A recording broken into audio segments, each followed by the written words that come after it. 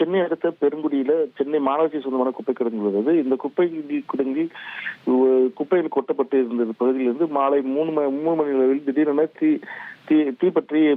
தீப்பற்றியது. மற்றும் காற்றின் வேகம் அதிகமாக இருந்ததால் தீயிலிருந்து போய் அதிகமாக வெளியேறியது. இதனால் சென்னை துறைப்பாக்கம் பல்லாவரம் ரயில் சாலையில் சென்ற வாகனத்தில் கண்டறியப்பட்டது.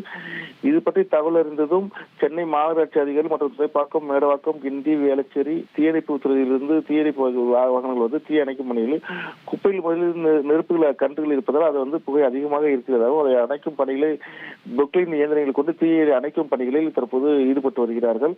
தீ அணைக்கும் பணி வேகமாக நடந்து வருவதாகவும் அதிகாரிகள் தெரிவித்திருக்கிறார்கள்.